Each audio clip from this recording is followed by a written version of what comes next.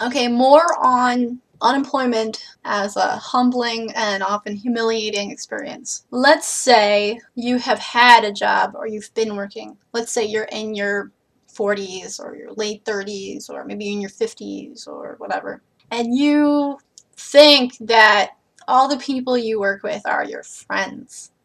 And they all like you and the boss likes you and you're needed and you're valued. So they'll never let you go. You've contributed to blah, blah, blah, and you've made the company grow, and you're an asset, and your skill sets, and blah, blah, blah, and you believe this. People have told you this. You've lectured, you've whatever it is. You've built this, you've designed that, you've whatever. So you'd never get the boot, right? And then it happens to you, and you're like, that could never happen. What? So now you're going through like a crisis. I mean, it feels bad. It hurts like a death or something, right? And I know so many people who've gone through this, right? And even just any kind of job, you get canned. It hurts. Really hurts. I got canned this summer, and it's like they try and spin it like it's your fault, or maybe you know it's your fault. Maybe it is your fault, right? Or everyone blames you. Let's say it's not your fault, and everyone blames you, like, oh, well, you should have done this, you should have done that. What if it just comes right out of the blue? Bam, bye.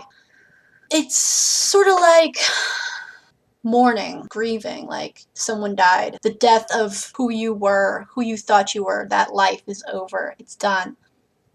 And no one else understands it. They don't get it because they haven't gone through it yet. Wait till it's their turn. Are you going to be as much of a jerk to them as they were to you? You know, you could stick it to them. You really could. Or you could be nice and help them out like they didn't do to you. And stick it to them like that.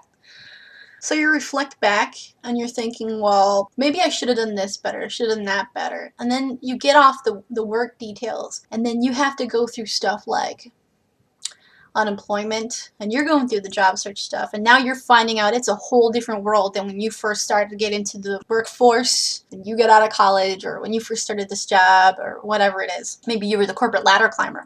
So you've reached the highest you can reach. You've found the limit.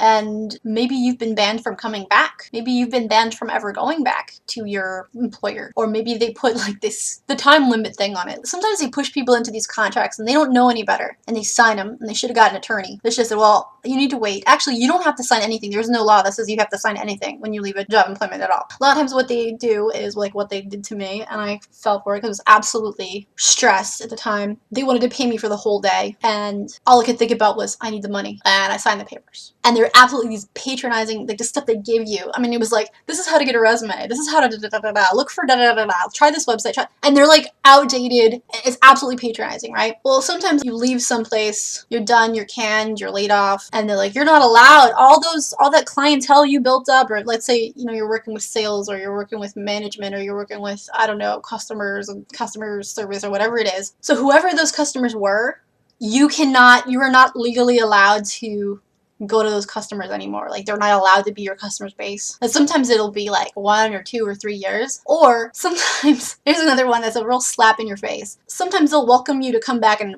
apply again.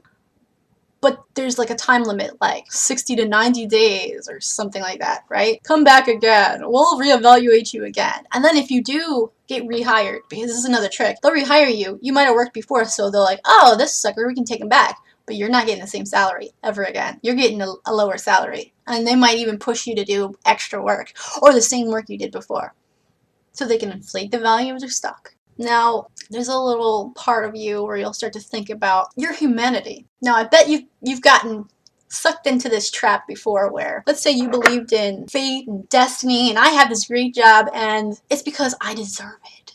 I'm awesome. It's my fate. It was destiny. This proves that I matter. This proves that I mean something. And yet the whole time, let's say you see other people around you and they're either suffering or whatever, or they're going through hard times, and you're just really indifferent. You probably didn't help anyone at all. But maybe at work, people think you're a nice person and you're a helpful person and you care, and maybe you've been trained to believe that everyone cares and we all care and it's great. Everyone matters and it's a team and it's a this and it's a that. I mean, it could be anything, right? But meanwhile, you know, you're on your commute, and what do you do when you got your Louis Vuitton wallet, your Coach bag, wearing your Tiffany bracelet, drinking champagne on the weekend or whatever, if you were lucky enough to even have a job like that. Or you got to go to, I don't know, like a casino on holidays, or you get to have vacations, right? And anyone else that can't do it, you just secretly you scoff at them, or you make fun of them, or you joke about it. And oh, you know, well, they haven't figured it all out. They're just losers,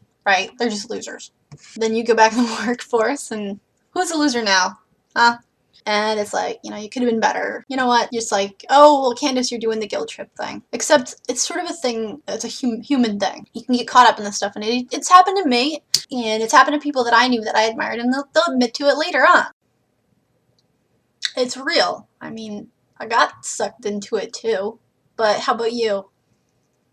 I mean, were you the type of person like on Fox News where you make fun of people because they're on food stamps, and then you're like, oh, well, if I was on the food stamp diet, I'd probably be looking good and I'd lose weight and blah, blah, blah. Jerks. Total jerks. Total horrible jerks. Well, teachable moment, right?